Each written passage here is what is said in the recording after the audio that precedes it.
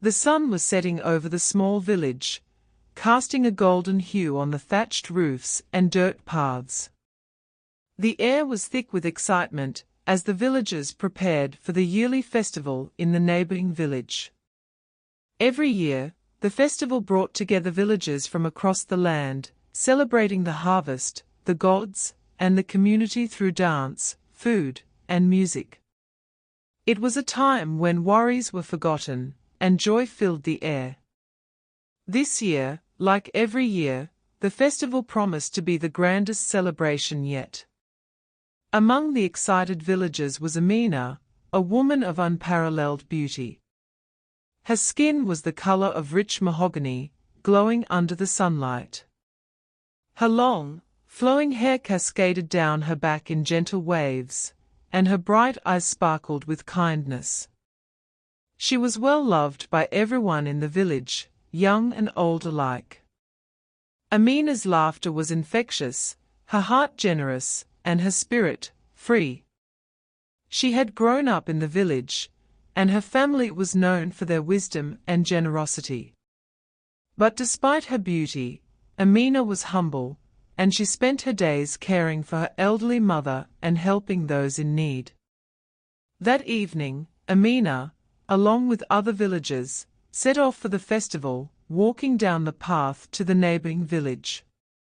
The festival grounds were alive with music, the sound of drums echoing through the air, and the scent of grilled meats and spices mingling with the cool breeze. It was a celebration of life, a feast for the senses, and Amina was caught up in the excitement of it all. She danced, laughed, and marveled at the vibrant costumes and performances, her heart light with the joy of the festivities. It was there, amid the music and laughter, that she met Chijiok, a young man from a neighboring village. He was tall, with a lean but strong build, his eyes dark and intense. He had heard rumors of Amina's beauty, but nothing had prepared him for the presence she commanded when he finally laid eyes on her. His heart raced as he approached her, captivated by her graceful movements and radiant smile. "May I have this dance?" Chijiok asked, his voice calm yet tinged with an unspoken urgency. Amina, taken aback for a moment by the intensity of his gaze, smiled and nodded. "Of course," she replied, and the two of them joined the other dancers, spinning and laughing beneath the glowing stars. For the rest of the evening, Chijiok and Amina danced together, shared stories, and enjoyed the evening. There was an undeniable connection between them, and for a while, it felt as if time had stopped. Amina found herself enjoying his company, something she hadn't felt in a long time. He was charming, confident, and appeared to genuinely care about her. They spoke of dreams, of the future, of life beyond the boundaries of their villages. But as the night wore on and the festival began to wind down, Chijiok found the courage to ask the question that had been lingering on his mind. "Amina," he said softly, taking her hand as the last of the firelight flickered in the distance. "Would you be mine?" Amina's heart skipped a beat. She had enjoyed their time together, but she wasn't ready for anything more. She had her responsibilities in the village, and her heart wasn't yet open to love. She had her mother to care for, and her life was simple, grounded in the rhythms of daily life. She knew that she couldn't give him what he wanted. "I am flattered by your words, Chijiok," she said gently, her eyes meeting his. "But I am not ready for such a thing. I have many duties here, and my heart is not yet open to love." Chijiok's face fell, disappointment clouding his features, but he tried to mask it with a smile. "I understand, Amina. But I cannot help but hope that one day you'll change your mind." "I cannot promise what I cannot give," Amina replied softly, her voice firm yet kind. She placed a hand on his arm, her touch warm. "But I wish you well, Chijiok. May you find happiness." With that, she turned and began walking back toward the village, the sounds of the festival fading behind her. Her heart was light, but something in the way Chijiok had looked at her lingered in her thoughts. She couldn't shake the feeling that their encounter would have consequences, though she couldn't yet understand what.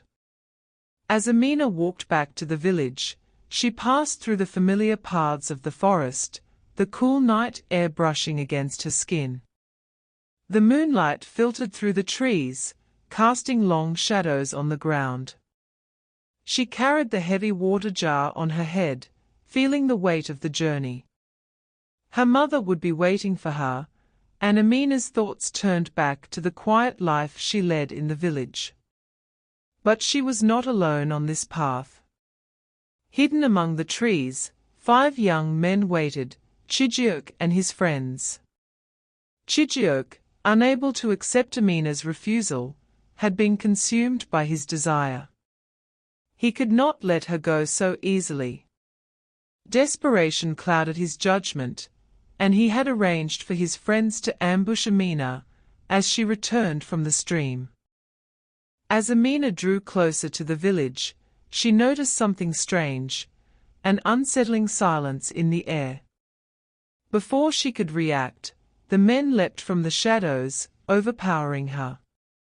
She struggled and screamed for help, but there was no one around. The village was far away, and the forest was silent, as if the world had turned a deaf ear to her cries. The men took what they wanted, forcing themselves upon her. Amina fought back with all her strength, but in the end, she was left broken, her dignity stripped away, her spirit shattered.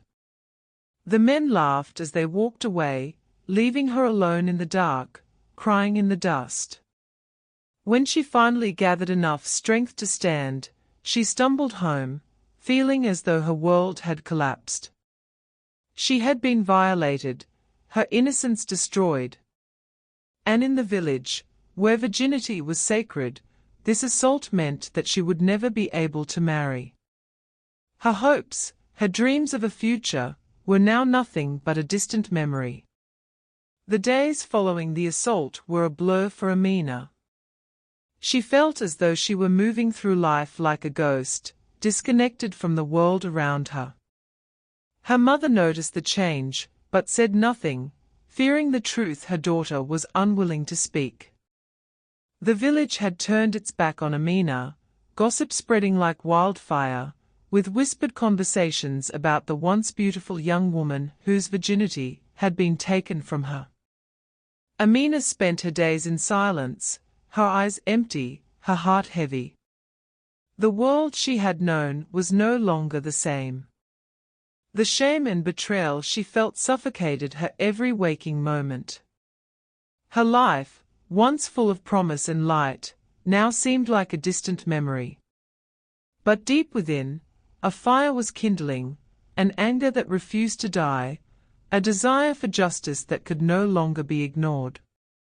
One evening, as the full moon rose high in the sky, Amina ventured into the forest. She had heard stories from the elders about a powerful herbalist who lived deep in the woods, a woman known for her knowledge of ancient rituals and magic. Amina had no choice but to seek her out. There were no other answers, no other paths she could see. The assault had destroyed her future, and the village had cast her aside. The only thing left for her now was revenge. The forest was thick with the scent of damp earth and moss as Amina walked through the trees, her feet sure and steady despite the heaviness in her chest. The journey to the herbalist's hut took hours, but when she arrived, the small clearing where the hut stood seemed eerily quiet.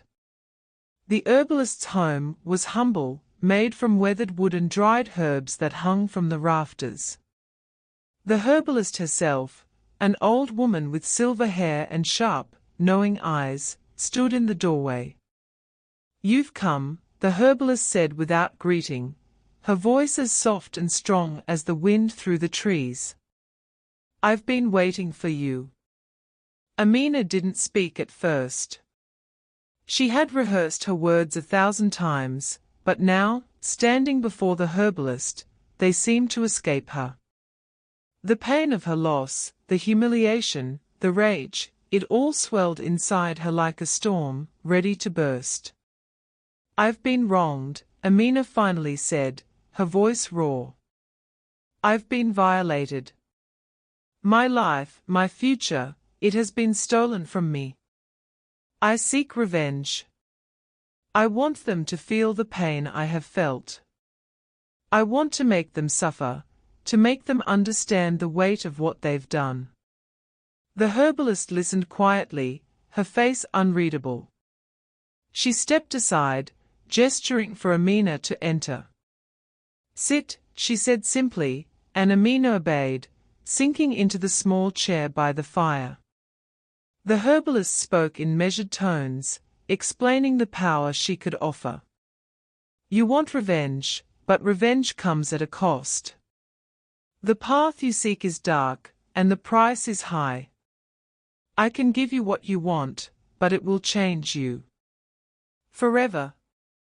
Amina's heart pounded as she listened, but she didn't hesitate. There was no turning back now. The men who had destroyed her life were still living their lives, blissfully unaware of the pain they had caused.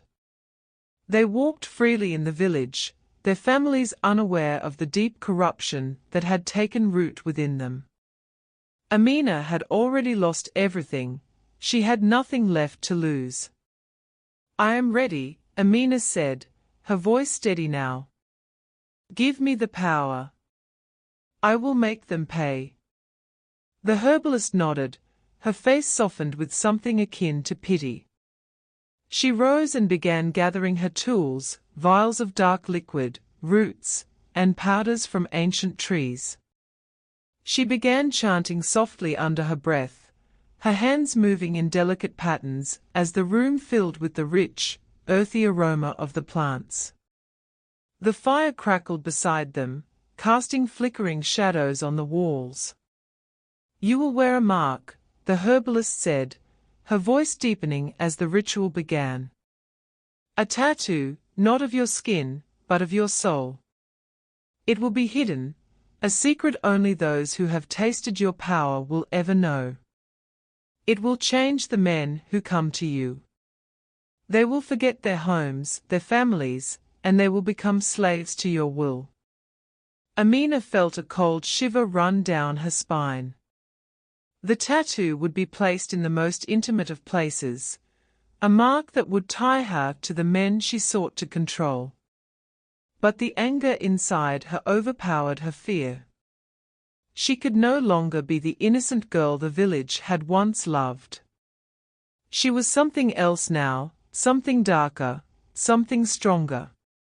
As the herbalist began to work, Amina felt a sharp pain unlike anything she had experienced before. It was not just physical, it was a deep, internal change, as though her very essence was being altered. The ink burned into her skin, leaving behind a mark that would never fade, a symbol of her vengeance. When the process was complete, the herbalist stood back, her expression unreadable. You are now bound to this mark. No man will be able to resist you. They will come to you, and they will serve you. They will forget everything, except their need to obey. Amina stood up, her body trembling. She looked at herself in the reflection of a darkened pot, and saw something different. She saw power in her eyes, a power she had never known.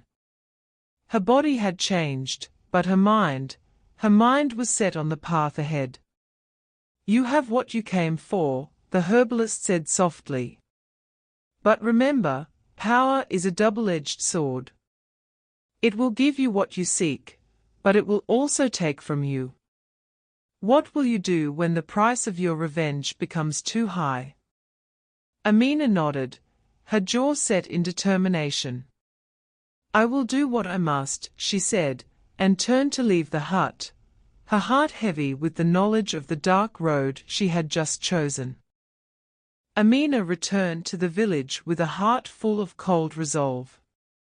The ritual had given her power, a power that pulsed within her every time she thought of the men who had taken everything from her. The mark on her private part, now glowing faintly under the moonlight, was the key to her revenge, and she would use it to its fullest extent. The mystery deepens as the encounters intensify. What is it about her that drives the men to follow, to speak to her, to yearn for her presence? You won't want to miss what happens next. Watch out for part 2, where the secrets begin to unfold.